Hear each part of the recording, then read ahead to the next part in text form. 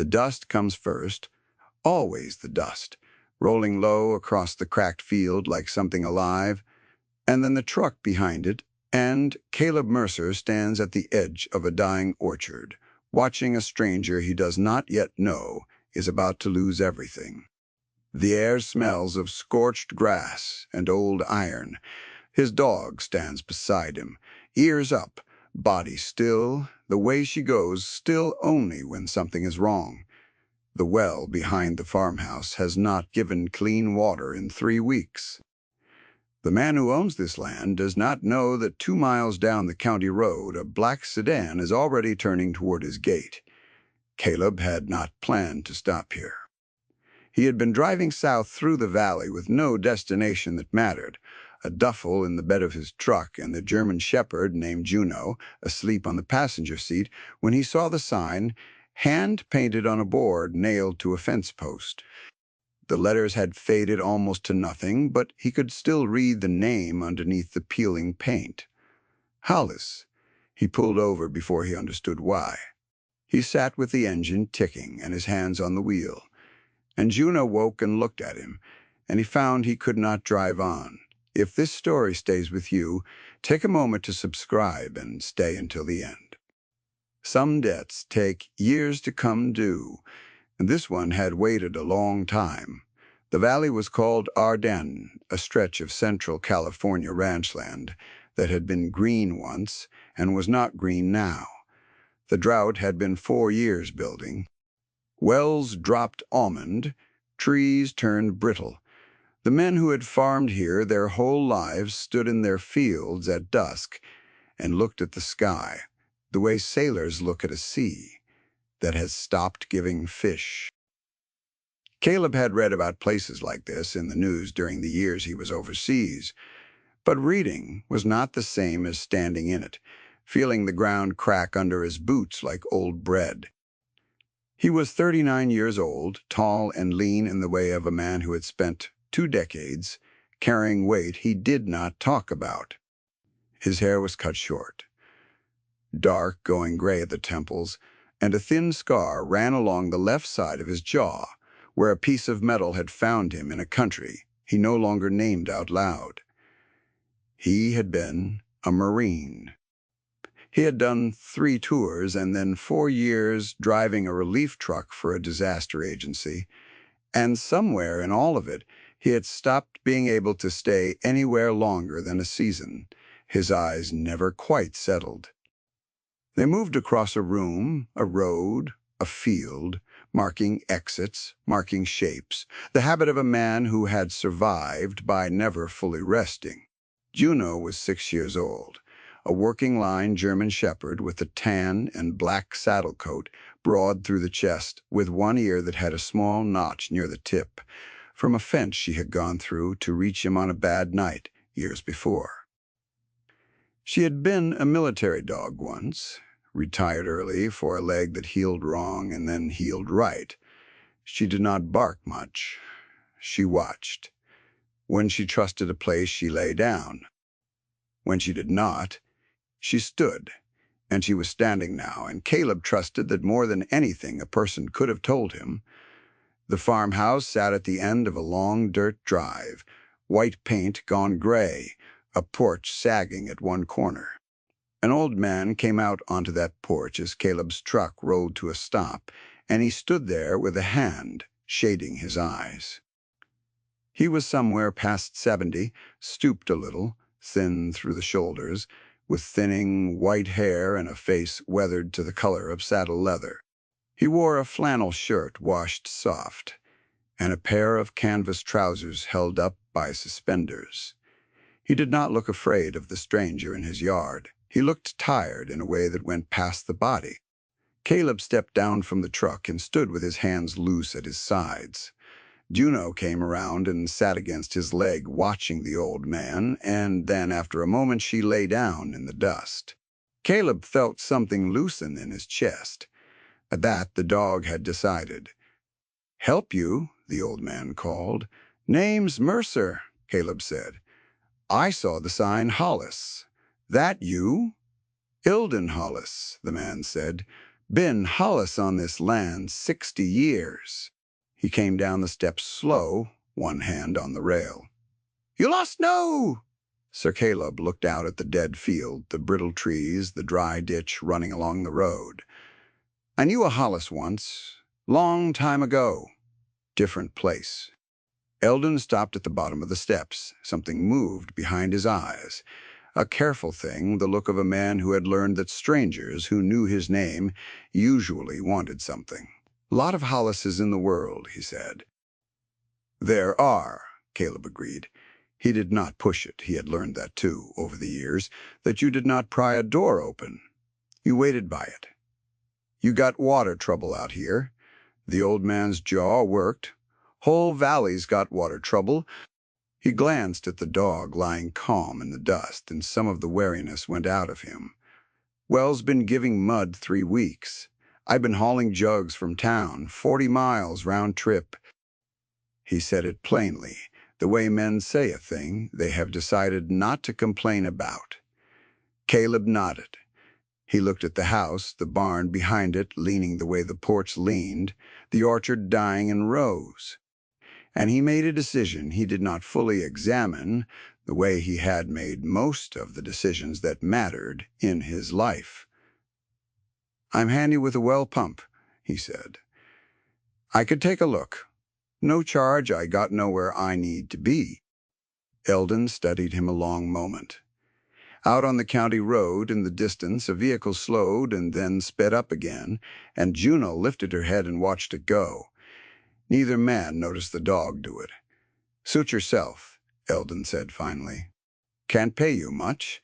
Didn't ask to be paid, Caleb said. That answer stayed in Eldon's head longer than he expected. They worked the rest of that afternoon at the wellhead behind the house, Caleb on his back in the dirt, with a flashlight in his teeth, Eldon handing down tools and naming each one before Caleb could ask. The old man's hands were ruined with arthritis, the knuckles swollen, but they knew their work. He had been a builder once, Caleb learned before he farmed. He had raised half the barns in the valley. He talked about them while Caleb worked, not bragging, just remembering. And Caleb listened the way he listened, to everything, quietly, filing it away. The pump was old, but the trouble was not the pump. The water table had dropped below the intake. Caleb explained it plainly, the way you explain bad news to a man who has earned the truth. The well would need to go deeper, and going deeper meant a rig, and a rig meant money. Eldon did not have figured as much, Eldon said. He sat down on an overturned bucket and looked at his hands. Bank's been calling about the note. Drought relief loan I took 2 years back when the trees started going. They say I'm behind. He shook his head slowly. I never been behind on anything in my life. 60 years. Then a company buys the paper from the bank, and all of a sudden the rules changed. Caleb wiped his hands on a rag. What company? Meridian something. Eldon waved a swollen hand toward the house. Letters are inside, fancy ones. Man came out, too, real polite. Smiled the whole time he was telling me. I might lose the place. Juno, who had been lying in the shade of the truck, stood up. Caleb saw it this time. He turned and followed the dog's gaze down the long drive to the county road, where the black sedan he had glimpsed earlier had stopped at the gate and was now coming slowly up toward the house, dust rolling behind it. The man who got out was somewhere in his late 40s, dressed in a charcoal suit that had no business in a dry field, his shoes catching dust with every step. He was clean-shaven, smooth, with a smile already fixed on his face before he was close enough for it to mean anything. He carried a leather folder under one arm. Juno did not growl. She did something Caleb found worse. She went completely still and put herself between the man and Eldon, and she did not take her eyes off him. Mr. Hollis, the man called, warm as a radio voice. Glad I caught you home, Del Prentice. Meridian Land Partners. We spoke last month, I remember, Eldon said. He did not get up off the bucket. Prentice's eyes moved to Caleb, to the dog, calculating, and the smile never wavered. Didn't know you had family out, Mr. Hollis. He doesn't, Caleb said. Bye. I'm fixing his well. Prentice's gaze flicked to the dead orchard, to the dry wellhead, and something satisfied moved behind his eyes, quickly hidden. Well, that's neighborly, though I'm afraid the well situation is rather the point. He opened the leather folder with the ease of a man who had done this many times. Mr. Hollis, I came out to discuss your options before the deadline. The note's in default as of the 1st. Meridian is prepared to be generous. We'll purchase the property outright, settle the debt, and you walk away with something in your pocket instead of nothing. He produced a single sheet of paper, holding it out. It's a fair number, given the condition of the land. Eldon did not take the paper. Land's been in my family 3 generations, and I understand that's difficult. Prentice's voice softened into something that sounded like sympathy and was not. But a man your age, no water, no crop, no way to service the debt. There comes a time to be practical. He let the sentence hang gentle as a noose. The offer expires in 30 days. After that, foreclosure proceeds, and you'll get nothing at all. Caleb watched the old man's hands close slowly into the best fists his swollen knuckles could make. He watched Eldon look out at the trees his grandfather had planted, and he watched something in the old man bend that had not bent in 60 years. Leave the paper, Caleb said quietly. He'll read it. Prentice looked at him for a long moment, the smile thinning. He set the sheet on the porch step and weighted it with a stone. 30 days, he said. He nodded to Eldon, ignored the dog entirely, and walked back to his sedan. Juno watched the car all the way down the drive and out the gate, and only when it was gone did she lie back down. That night, Caleb slept in the bed of his truck under a sky thick with stars and no moisture in it, and he did not sleep much. He kept thinking about the name on the fence post. He kept thinking about a day, 20 years gone, a different drought, a different country, and an old man with a well. He had been 19. A column of vehicles broken down on a road that ran through scrubland, gone to dust. The supply chain snarled somewhere behind them, the water resupply 2 days late, and the temperature past 110. He remembered the specific misery of it, the way thirst stopped being discomfort and became a kind of fear. And he remembered the farmer, an old man who had come out to the road from a place that had no business having water, and who had cranked a hand pump in the brutal sun and filled their canteens one by one, 11 Marines, without a word of English between them, asking nothing. They had tried to give him money, and he would not take it. One of the men, a corporal from California, had spoken enough of the language to thank him, and the old man had said something the corporal translated as, "Water is not a thing you sell to a thirsty man." Caleb had carried that sentence for 20 years. He had never known the old farmer's name. The corporal from California, though, had a name, and the corporal had a grandfather, and the corporal had talked, on long nights, about the dry valley where he grew up, about a grandfather named Hollis who built barns and gave water away, and never once let a man pay for it. The corporal had not made it home. Caleb had. Somewhere in the years between, the sentence and the name had fused into a single debt. He did not know how to pay. He had not come to our den on purpose. He told himself that, even so, he had stopped at the sign. Stay with this. The old man on the road and the old man on the porch were not the same man. They were a grandfather and a grandson who never met. Yet the water ran straight through both of them, and so did Caleb. In the morning he did not leave.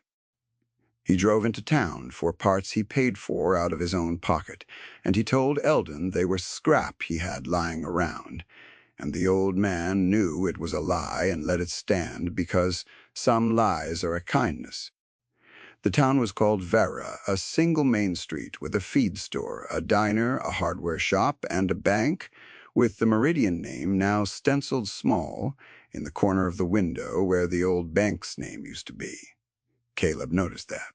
He noticed most things. At the diner, he met a woman named Ruth Castellano, somewhere in her late 50s, broad and quick, with flour on her forearms and reading glasses pushed up into gray hair. She owned the place and had owned it through 3 droughts, and she knew everyone in the valley and everyone's trouble.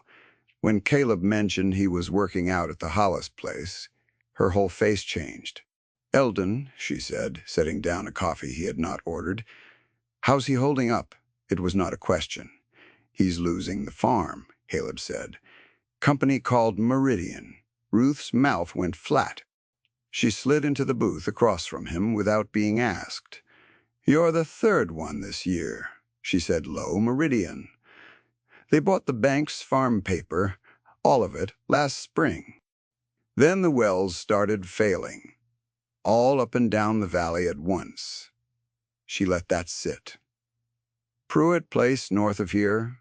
Wells fine for 40 years. Failed in a month.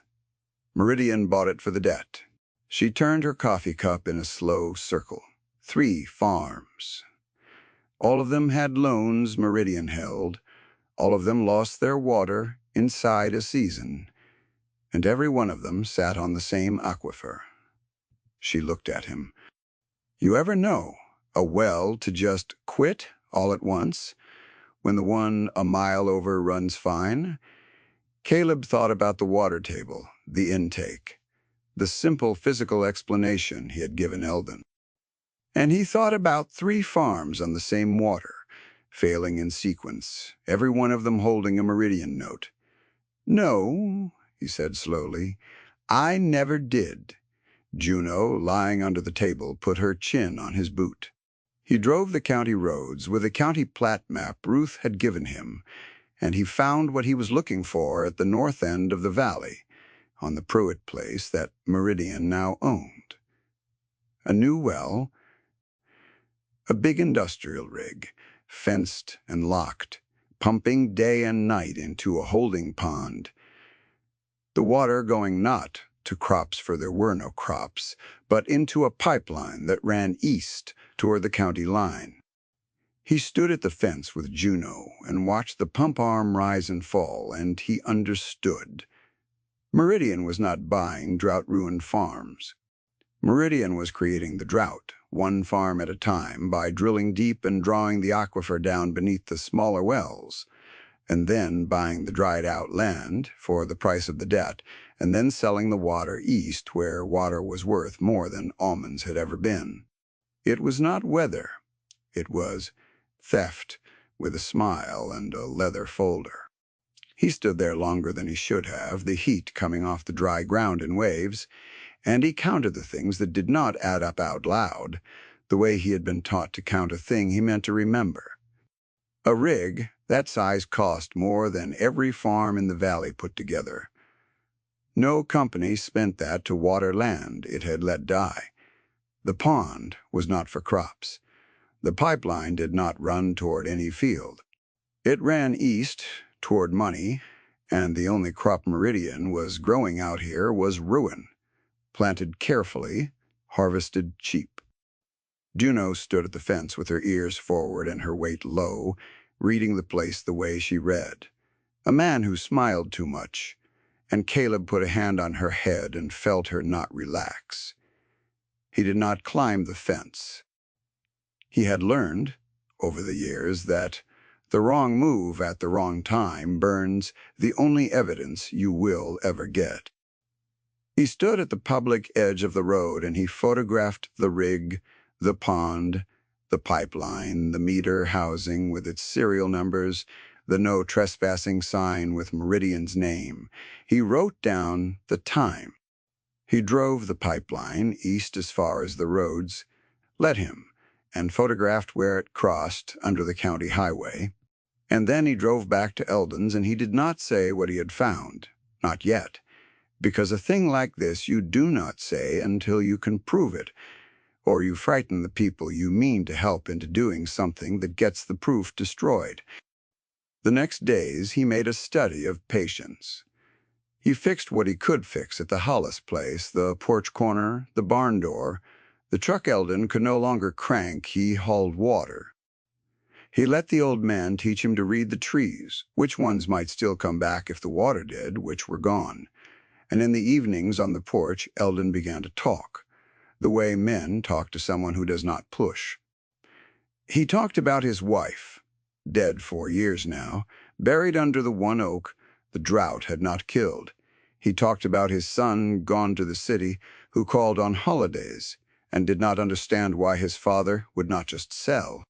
And one evening, watching Juno lie in the last of the light, he talked about his grandfather. "Old man built this house," Eldon said. "Built half the valley, and he had this thing about water." He smiled, the first real smile Caleb had seen on him. Wouldn't sell it. Wouldn't let you pay for a drink off his pump. Said water wasn't a thing you sold to a thirsty man. He shook his head. Went off to the war. The old one, the second one, came back different, but never lost that. Drove my grandmother crazy, giving the place away one canteen at a time. Caleb sat very still. The light was going amber over the dead orchard. "Your grandfather served overseas, whole war Pacific. Then they shipped him through some dry country at the end of it. He'd talk about giving water to soldiers on a road in the heat. Said a man owes the next thirsty man, on account of being thirsty himself once." Eldon looked at his ruined hands. "I always thought it was just a thing old men say it isn't," Caleb said. His voice came out rougher than he meant it. "I had water from a man on a road once. Foreign country, bad heat, Irish supply gone 2 days. Old farmer cranked a pump for 11 of us and wouldn't take a dime." He stopped. The pressure in his chest had become something hard to talk around. Man with me that day had people in this valley. Talked about his grandfather, a builder, gave water away. He looked at Eldon. His name was Castro. Corporal Anthony Castro. Eldon's hands went still on his knees. "Tony," he said softly. "My sister's boy, my grandfather's great-grandson." He looked up, and his eyes were wet in the amber light. "Tony didn't come home."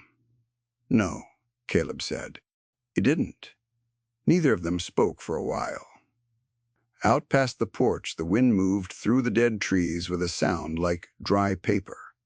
Juno rose, crossed the boards, and lay down with her head against Eldon's foot, and the old man put one swollen hand down into her fur and left it there.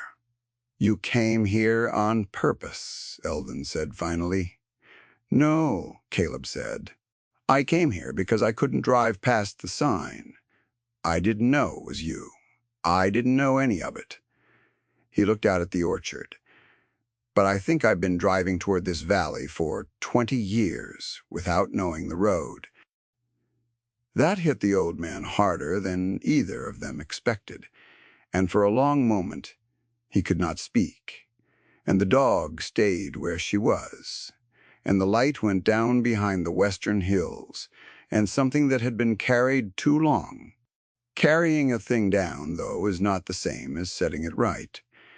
There were 26 days left on Prentice's deadline, and a pump on the Pruitt place running day and night, and an aquifer dropping under Eldon's well a foot a week. Knowing the why of it did not stop it. Caleb lay awake that night with the photographs on his phone, and understood that pictures of a legal rig on private land proved nothing. Meridian had every right to drill its own wells on land it owned. The crime was not the drilling. The crime was the sequence, the intent, the buying of the paper and the draining of the neighbors and the selling east. And intent is the hardest thing in the world to put on paper. He needed the numbers. He needed to show that the deep wells came first, and the shallow wells failed after, in order, farm by farm, each one Meridian held. He needed water meter records, well permits, the dates of the loan purchases, the dates the pumps went in. He needed, in short, what a single drifter with a phone could not get alone. So he did the thing the years had taught him was the only thing that ever worked. He stopped trying to do it alone. He went back to Ruth, at the diner, and he laid it out. The rig, the pipeline, the 3 failed farms in sequence. And Ruth listened with her jaw getting harder and harder. And when he finished, she was quiet a moment, and then she got up and turned the sign on the door to closed. At 2 in the afternoon, which she had not done in 11 years. "Wait here," she said. She made calls. By evening, the diner had filled with people Caleb did not know, and Eldon knew all of valley people, farm people, the daughter of the Okafor family who had lost the orchard, a retired county surveyor named Hank Delgado with a bad hip and a memory for water rights that went back 40 years. The Pruitts who had sold and regretted it, a young woman named Sophia Marsh, who ran the county records office and had wondered for a year why so many well permit applications from one company had crossed her desk. They sat in the booths and at the counter, and they put the pieces on the table one at a time, and the pieces fit. Hank Delgado had the water law. He explained in the slow way of a man who had spent his life on the subject that California groundwater had rules now, that a basin this stressed was supposed to be managed, that pumping at the scale Caleb described required permits and reporting, and that if Meridian had been drawing the volumes the pipeline implied, the numbers had to be filed somewhere, and filed numbers could be pulled.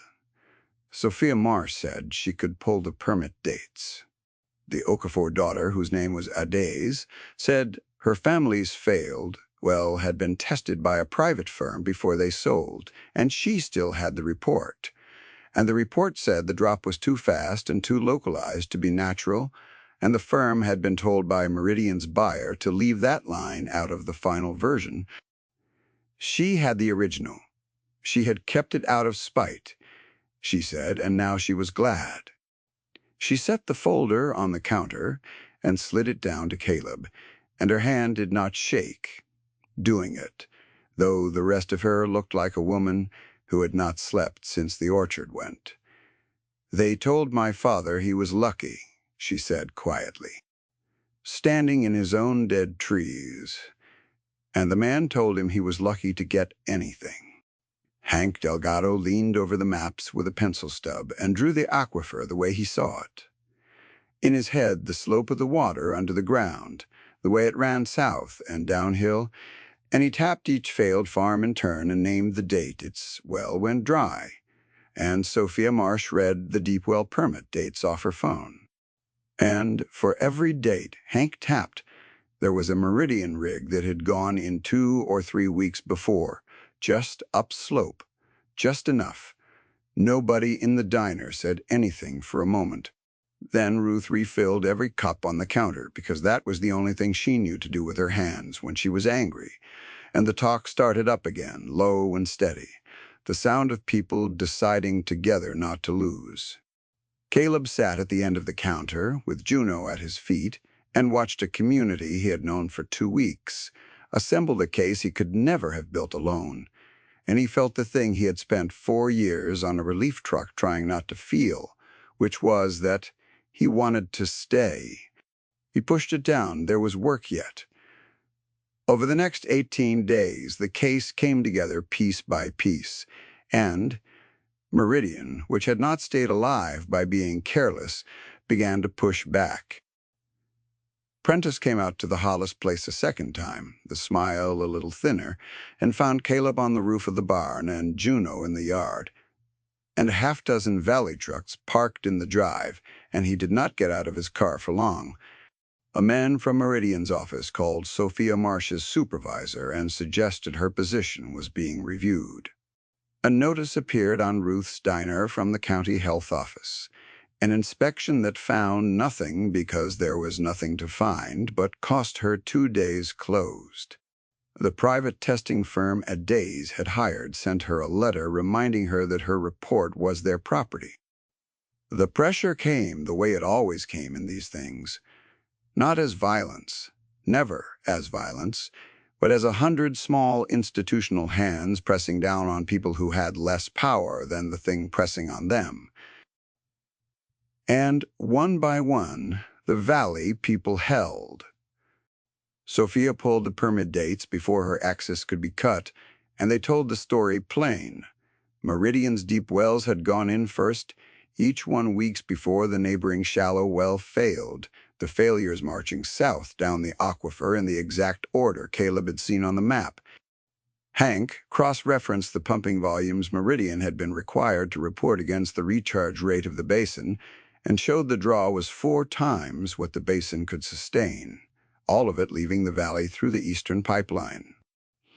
A Days gave up the original testing report with the deleted line restored. Ruth fed everyone and kept the diner open and would not be moved.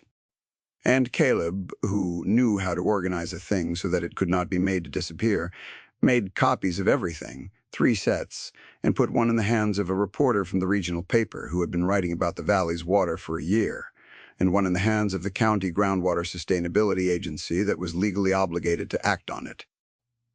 And kept one himself. He did not break into the Pruitt place. He did not cut a fence or stop a pump with his hands, though there were nights he wanted to. He had learned, in a harder school than most, that the man who throws the first punch hands the other man the only weapon that matters. The pump arm rose and fell on the Pruitt place, and he let it because the record he was building would stop it in a way no single night ever could. Eldon's well failed completely 4 days before the deadline. The mud became sand, and then nothing. And the old man stood at the dry pipe in the gray dawn, and Caleb stood beside him, and there was a moment, watching Eldon's face, when Caleb thought the old man might finally bend the rest of the way and sign Prentice's paper just to stop the slow bleeding of hope. A Juno pressed against Eldon's leg. The old man looked down at the dog. "My grandfather wouldn't have signed," Eldon said. It was half a question. "No," Caleb said. "He wouldn't. Then I won't either." But his voice shook, and Caleb heard in it how much it cost. That afternoon the valley came to the Hollis place without being asked. Ruth came with food. Hank came with a folding table and 40 years of water maps. The Pruitts came with a generator and a tank of clean water on a trailer, 800 gallons, and they backed it up to Eldon's dry pipe and connected it and turned it on, and the old man heard water run in his house for the first time in a month and put his hand over his mouth. A Days came. Sophia came after her shift. They filled the porch and the yard, and they were not there to mourn the farm. Vess. They were there because the case was ready, and the public hearing of the groundwater agency was in 2 days, and they had come to make sure the man at the center of it did not stand up alone. The hearing was held in the county building in Vera, a plain room with folding chairs and a panel of 5 board members behind a long table. Prentice was there in his charcoal suit with 2 lawyers from the city, and he wore the smile, but it had gone brittle. Caleb sat in the second row with Eldon beside him and Juno lying across both their feet because the room allowed a retired service dog and no one had the heart to argue. Ruth and Hank and A Days and Sophia and the Pruitts filled the rows behind them, and behind those rows sat the reporter with a recorder running and a photographer, and the room was full in a way. These rooms were never full. The case went in piece by piece, And it was not a shout, it was a sequence, which is harder to dismiss. Hank laid out the basin numbers, the recharge rate, the 4-time sustainable draw. Sophia entered the permit dates, deep wells first, failures after, in order. Ades read the deleted line from the testing report, and then read the email instructing the firm to delete it, which she had also kept. The reporter's recorder caught all of it. And then Eldon Hollis stood up, slowly, one hand on the back of the chair in front of him and one hand on Caleb's shoulder, and he told the panel about his grandfather in the barns and the well that had never sold a drink of water in 60 years, and the company that had come to take the water and the land and call it generosity. He did not raise his voice. He did not have to.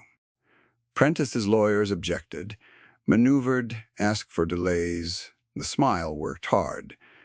But the numbers were the numbers, and the dates were the dates, and the deleted line was in the record now, where no one could take it back out. The board did not rule that day. Boards never do. They voted instead to refer the matter to the State Water Authority and the district attorney, to issue an emergency order halting all pumping on the Meridian deep wells pending investigation, and to freeze the foreclosure proceedings against the Hollis place and the others until the question of whether the drought had been manufactured could be answered. Prentice left the room without his folder and without his smile, and he did not come back to the valley. And within the month, Meridian Land Partners had folded its tent and dissolved into a different name in a different state, the way such things always slip the knot rather than face the rope. Systemic evil is larger than one man with a leather folder. For one valley, though, on one aquifer, the pumping stopped. The water did not come back fast. Aquifers do not heal the way wounds heal.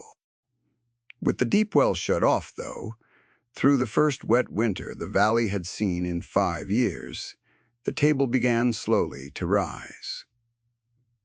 By the following spring, Eldon's well drilled. Deeper now, with money, the settlement provided once the state forced Meridian's holdings into restitution, ran clear and cold. The almond trees that had a chance took their chance.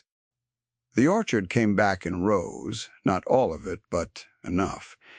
And the rows that came back were green against the rows that did not, and Eldon walked them every morning with his ruined hands behind his back, and Juno walking beside him as if she had always lived there. Because Caleb stayed, he had meant to leave once the hearing was done. He had told himself the debt was paid, the water given back, the road clear ahead of him the way roads had always been clear. He packed the duffel one morning in early summer and put it in the bed of the truck, and Juno would not get in. She sat in the dust by the porch and looked at him, and Eldon came out and looked at him, and Ruth's truck was coming up the drive with the day's bread, and Caleb stood with his hand on the door of a truck he had lived out of for 4 years, and he could not make himself open it. Years of leaving had trained him to leave. 2 weeks of a valley, though, and then a season, and then a year. Had done something else entirely. "You don't have to go," Eldon said from the porch. He said it plainly, the way he said everything. "Place is too much for me alone, always. Was my grandfather built it for a family?" He paused. "You're the closest thing to one I've got left." By way of Tony. Caleb stood in the dust a long time. Juno had not moved. Out past the orchard, the morning was coming up gold over land that was against all expectation, coming back to life. He thought about the old farmer on the road 20 years gone, cranking a pump in the heat for 11 thirsty strangers. He thought about the sentence that had outlived the man and the war and the corporal who translated it. Water is not a thing you sold to a thirsty man. He understood, finally, that a debt like that is not paid by an act. It is paid by a life. You do not square it and walk away. You stay, and you become the next old man at the next dry road, and you crank the pump. He took the duffel out of the truck and carried it back into the house. That fall, they built a new barn together. Caleb and Eldon and half the valley on the footprint of one Eldon's grandfather had raised 70 years before. Hank came and supervised from a chair. Ruth fed them all. Adaze brought her children, who chased Juno through the wood shavings and were never once in any danger, only laughter. The Pruitts brought lumber, milled from their own windbreak, trees the drought had taken anyway, and they said it was fitting that dead wood from one failed farm should frame a barn on a saved one. Sophia came on her days off and learned to drive a nail crooked and then straight. The reporter came too, not to write anything now, just to lift a wall. And Caleb thought that was the truest measure of the whole thing, that a man who had only ever come to take notes had come back to carry weight. They raised the first wall by hand, a dozen of them under it, Eldon calling the count in his thin, steady voice, the way his grandfather must have called it, and when it stood and they had braced it, the old man stepped back and looked up at it for a long moment and did not say anything, and did not have to. And on the gable end, when it was done, Eldon nailed up a board and painted on it the same word his grandfather had painted on the original, the word that had faded almost to nothing on the fence post that stopped Caleb's truck. Caleb stood in the yard with the dog at his side and looked at the fresh paint and felt the thing he had spent 20 years out running finally catch him. And it was not a weight. It was a roof.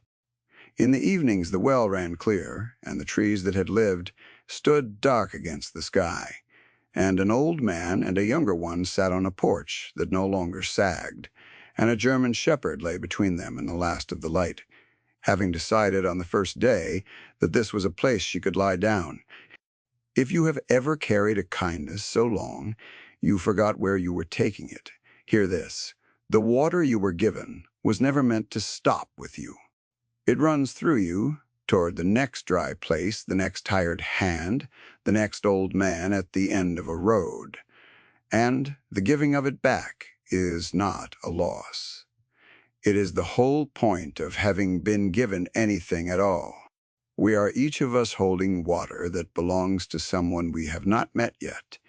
Carry it well, set it down where it is needed. And when you find the road you have been driving toward your whole life without knowing it, do not pass the sign. May God bless you and keep your family, and may there always be clean water at the end of your own long road. Stay a while. Some of us were made to stay.